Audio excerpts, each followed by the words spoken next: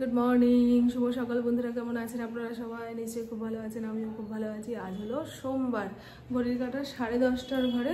সকাল সকাল ঘুম থেকে উঠেছি। জানি সোমবারের পুজো দিতে একটু দেরি হয়, এত ফুল মালা, তবে এগুলো আসতে দেরি হয়ে গেছে।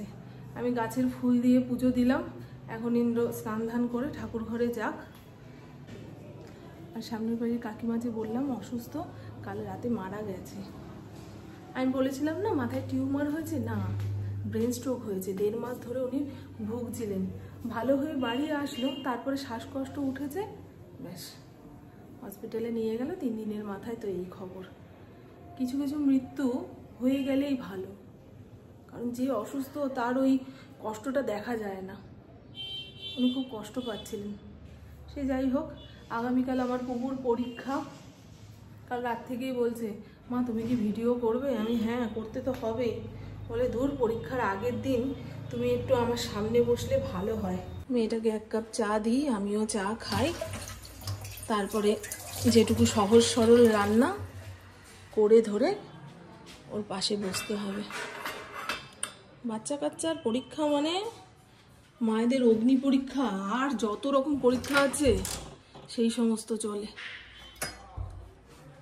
ওদের টেনশন দেখলে বুঝি বা না বুঝি, আমাদেরও টেনশন হয়।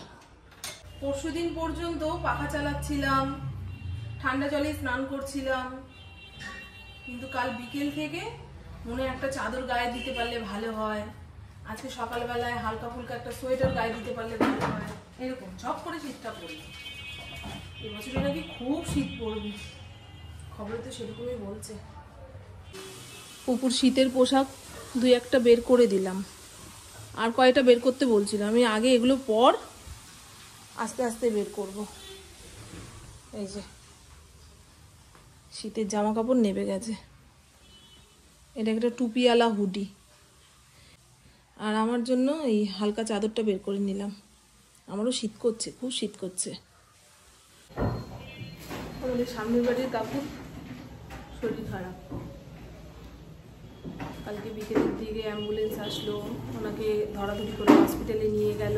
এই সমস্ত চোখের সামনে হতে দেখলে না খুব খারাপ লাগে, কেমন একটা নেগেটিভ ভাইবস কাজ করে ভেতরে।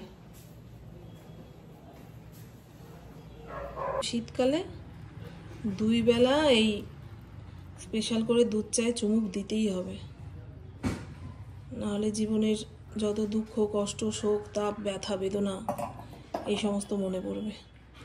পৃথিবীতে সবচেয়ে আমি আনহ্যাপি, এরকম একটা ফিল হবে। কিন্তু এই যে নেশার জিনিসে চুমুক দিয়ে দেবো, সব ভুলে যাব। চলুন একটু আদা দিয়ে বানালাম। বাবা বাইরে আসবি? আয়। এনো প্রভু প্রভু, হাত পাতো। Thank you. ফড়িং খেয়েছে গো। ইন্দ্র আর পুকুর জন্য চিকেন আলুর ঝোল করব, তাই পরিমাণ মতন চিকেন নিয়ে মশলা দিয়ে ম্যারিনেট করে রাখলাম। আর আমি আমার জন্য একটু পনির বানাবো। আমি পনির খেতে খুব একটা ভালোবাসি না, তবে নিরামিষের মধ্যে আর কি খাওয়া যায় সেটা বুঝে উঠতে একটু সময় লাগবে।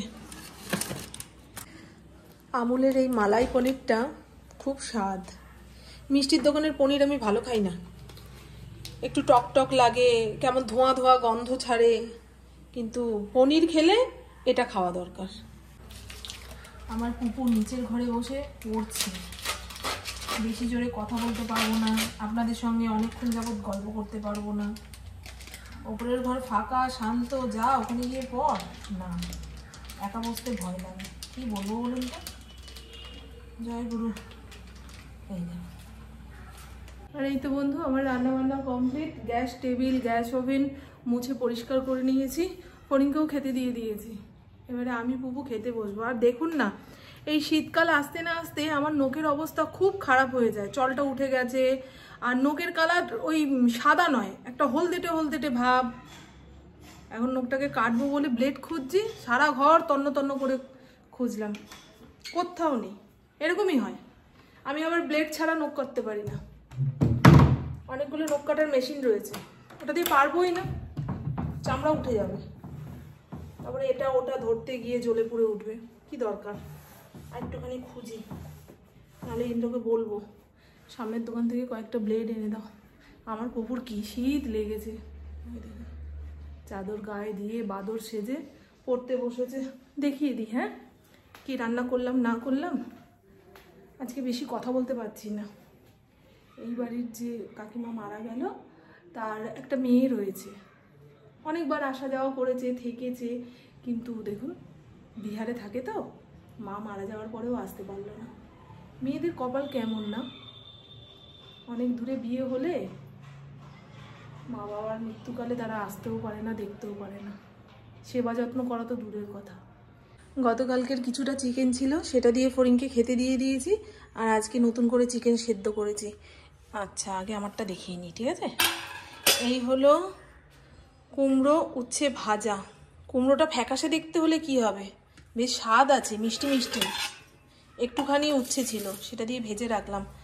আর ফুলকপি আলু পনির দিয়ে তরকারি, শুধু পনির আলুর তরকারি করব ভাবলাম, তারপর দেখি না, পনির তো খুব একটা ভালো খাই না, আর অতটা পনির ভাতের সঙ্গে খাওয়াও যাবে না, একটুখানি ফুলকপি দিয়ে দিই।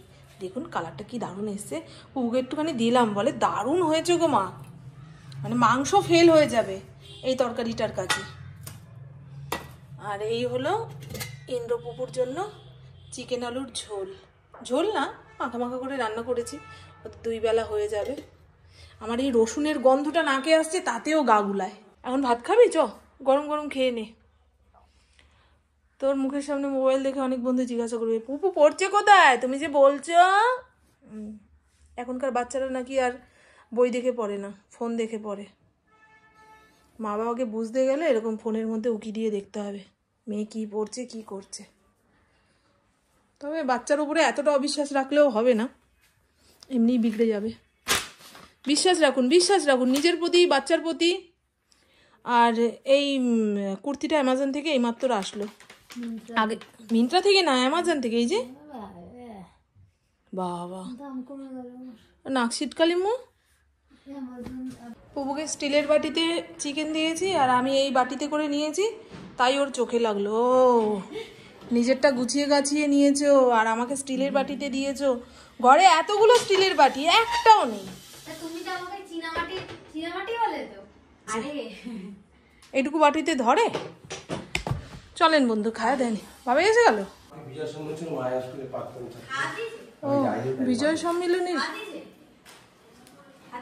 জামা কাপড় আনছে। আরে ওদের স্কুলে এই প্রাক্তন স্টুডেন্টদের বিজয় সম্মিলনী ছিল, বাবাই যেতে পারেনি, সেটা পাঠিয়ে দিয়েছে। এবারে সন্ধে পুজো দিতে যাবো। পুবুকে কখন থেকে বলছি ওঠ মা পড়তে বস, যতক্ষণ শুয়ে থাকবি আলিস্য ছাড়বে না।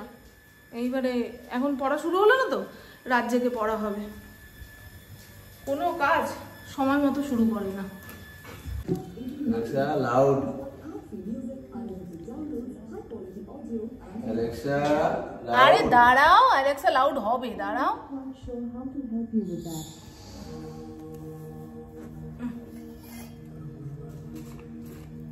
Alexa loud. আর লাউড না, আমি চলে যাই তারপরে লাউড শুনো।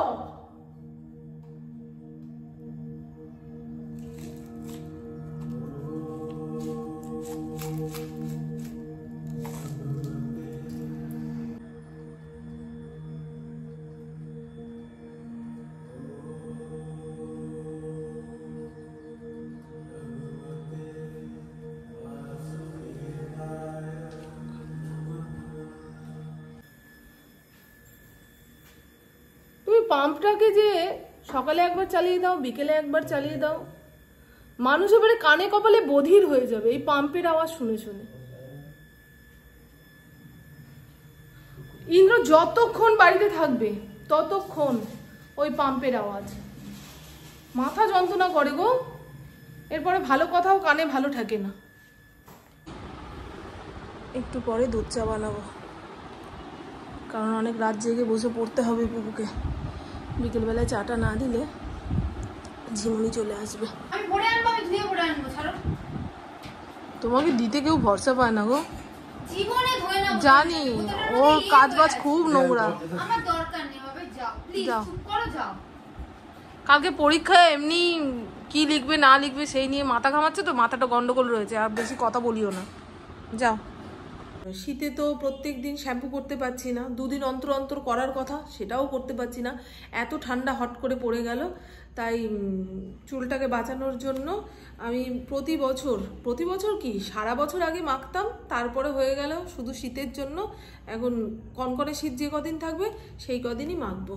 এটা সারা বছর মাখতে পারলে খুব ভালো। কিন্তু মেথি ফোটানো জল সঙ্গে অ্যাপেল সিডার ভিনিগার একসঙ্গে মিশিয়ে বোতলে ভরে রেখেছি। মেথিটাকে জলের মধ্যে দিয়ে টকবক করে ফুটিয়ে দেখবেন কালারটা যখন চেঞ্জ হয়ে যাবে, হলুদ রঙের জল বেরোবে, সেই জলটাকে ছেঁকে ঠান্ডা করে নেবেন। তার মধ্যে 2 চামচ অ্যাপেল সিডার ভিনিগার মিশিয়ে রেখে দেবেন একটা স্প্রে বোতলের মধ্যে। তারপরে দুপুরের দিকে হোক সন্ধ্যের দিকে হোক মাথায় লাগিয়ে নিলেন, শ্যাম্পু করার কোনো দরকার নেই। যদি পরের দিন করে ফেলতে পারলেন তো ভালো কথা, আর নাহলে চিটচিট পিটপিট কিচ্ছু হবে না। এই মেথি ভেজানো না, মেথি ফোটানো জল কিন্তু চুলের জন্য খুব ভালো। চুল ওঠা তো বন্ধ হবেই, সঙ্গে মানে চুল গজাতেও শুরু করবে। আর অ্যাপেল সিডার ভিনিগার খুশকি তাড়াতে সাহায্য করবে। শীতকালের সবচেয়ে বড় সমস্যা তো এই খুশকি, তাই না? মাথার খুশকি, মুখে পড়ে মুখের চামড়া কেমন খসখসে হয়ে যায়, হয় না? এই যে একটুখানি ছেঁকে নিচ্ছি, কারণ এই স্প্রে বোতলটার মধ্যে দিয়ে মোটা জিনিস বেরোতে চাইবে না।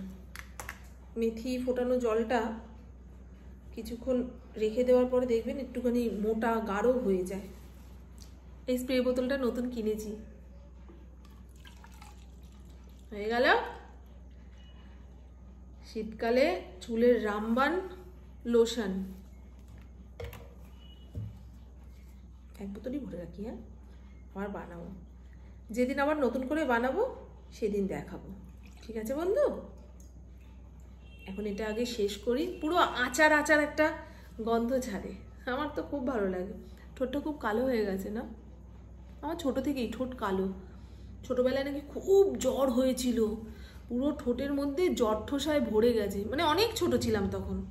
সেই জটঠোসা ছেড়ে যাওয়ার পরে ঠোঁট কালো হয়ে গেছে।